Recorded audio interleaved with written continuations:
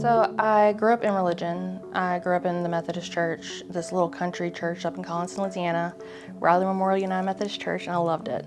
We were the only kids, it was me, my brother, and my sister, and everybody else was like 50s, 80s, you know.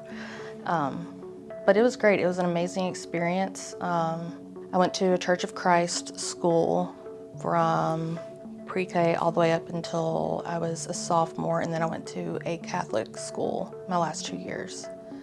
And I never felt that pull to God growing up.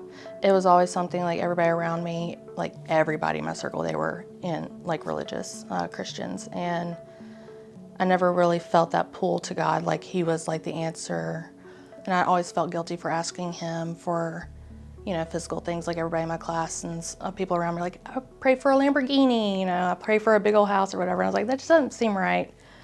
On the weekends, like I grew up with my friends and we would go to church at a Baptist church, Catholic, Methodist, there were some, a Church of Christ and stuff like that. So I was like aware of everybody's religion and like it was all very different. But all the adults, none of them acted like true Christians, like how I see here. That's one thing that I really love about Blackwater is that people here are good. And maybe I'm older and I can see through, normal humanity, but I can really see and tell that there is so much good in the hearts and people that are here. When I left from high school and went to college in 2008, nobody went to church, and so I just kind of stopped and was more open to like other parts of like life and whatnot. So that was the point when I stepped away from God. And it's not that I didn't believe in Him, it's just that I didn't seek His love and understanding and guidance in my decisions I was making. When I became a parent is when I truly like let go of my belief system and just was like more spiritual, like in, looking more spiritual type thing instead of looking to God. I was the person that would like roll my eyes when people like, oh, God bless, that type thing. And for me, getting back into being more religious, my neighbor, Gaynell Everett, sweetest old lady, and she would come over and like bring me a pie. And this was before I even started baking or anything like that. She'd bring me a pie and cookies, and then I'd want to make something to like give back to her. And so we did that back and forth. But she never like pestered me or like pushed me, but she would say things like, God bless you, or I'm praying for you and stuff like that. And asked me if I had a Bible, but this is like over like 4 years. She never asked me to go to church with her. She never forced anything, but she was always there like a grandmother figure. But she never forced me to do anything, message her back or like answer the phone and talk to her. Like I was kind of like a hermit. And like I'd literally just like stayed in my 4 little walls, and I renovated the house, and I taught myself how to change light fixtures and plumbing and flooring and painting the walls and all that stuff and doing built-ins. And I just stayed in my little box. I didn't talk to anybody. I just was in my, because some bad things happened before we moved back down to Baton Rouge up in the Monroe area with my family. And I just wanted to kind of protect yourself from all that, and you didn't want to be a part of it. So letting anybody in, I haven't had just good intentions from people, I guess I'd say. But she would say, God bless you, and I'll pray for you. And one day she asked me if I had a Bible, and I lied, and I felt horrible. I was like, yeah, I got a Bible. I got one right on my bedside. And I used to, but it was never something like in my family. Like now looking back, we never had Bibles lying around. Funny story, I stole a hymn from the Methodist church when I was younger because I wanted to learn all those songs. So that was the only church book we had in the house. She started asking me to go out to lunch with her, and I'd always turn her down. She'd always ask me to come have coffee with her, and I'd turn her down. We'd just kind of meet. I would be doing yard work, and she'd come out and we'd talk for like 2 hours in front of the house. And finally I was like, okay, I'll go with her.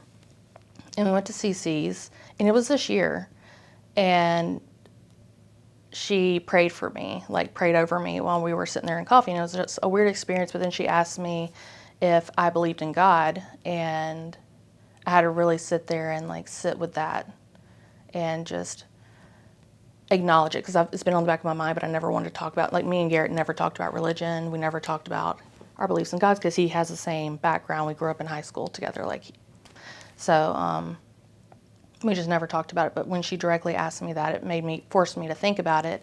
And I was like, I do. And she's like, do you think God loves you? And I said, yeah, I think he does. I was like, well, God actually does love me. I don't have to look for it from anybody else. I don't have to do things to make people want to be in my orbit and to love me. And so with her doing that, she invited me to go to a Bible study with her, but it was months away. So I started looking online and looking at different Methodist churches because I decided that's exactly what I want to do. I didn't want to change denominations. And I found Blackwater, and there's another one, but it was a little too country. I said, that's what I grew up with. I want to have a chance to meet younger people my age. And so I came and I went to the traditional service and I tried to sneak in around Kenan and I hid behind the pillar, but he found me. He found me. He came walking up and was well, hi, how are you doing? I was like, no, hi. And I was like, oh no, but I felt finally connected because I've tried praying before and I didn't feel that connection with God. And whenever I sat down and Kenan he started with religious trauma. And he was like, nobody's perfect. And I was like, yes, this man gets it, It's just, I felt a connection to the church at that moment. I was like, okay, there's this table service. I watched it on YouTube. I was like, there's people my age when they're going up for communion. And I was like, okay, I'm gonna be brave. I'm gonna go. And that's whenever I met Valerie and Mary. They just zoom, zeroed in on me and just gosh, I can't tell you how grateful I am for Valerie and Mary and so many people at this church. But I've never had friends like that before, ever. And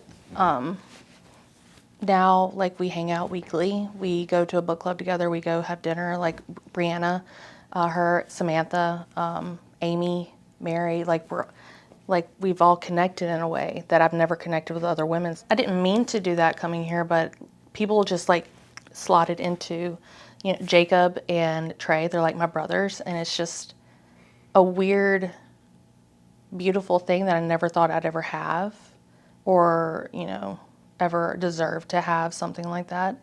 And it just kind of happened. My neighbor, she was just a light. She showed me love and kindness. She was a Christian, and she didn't expect anything from me. She didn't want to use me for anything.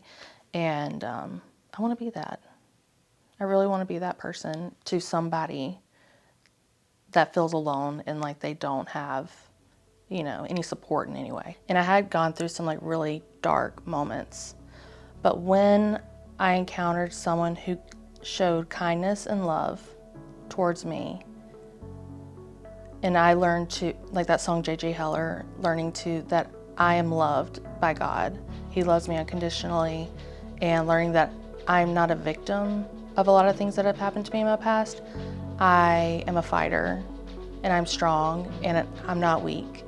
Humanity, there is love, and beautiful things in the Christian faith that, and going back into praying to God and really praying, really closing your eyes and actually being 100% honest, because God knows what's actually going on in your head, to be completely honest with Him of where you're at. And I think that can make a huge impact on someone's life if they truly open themselves up to having that conversation with God.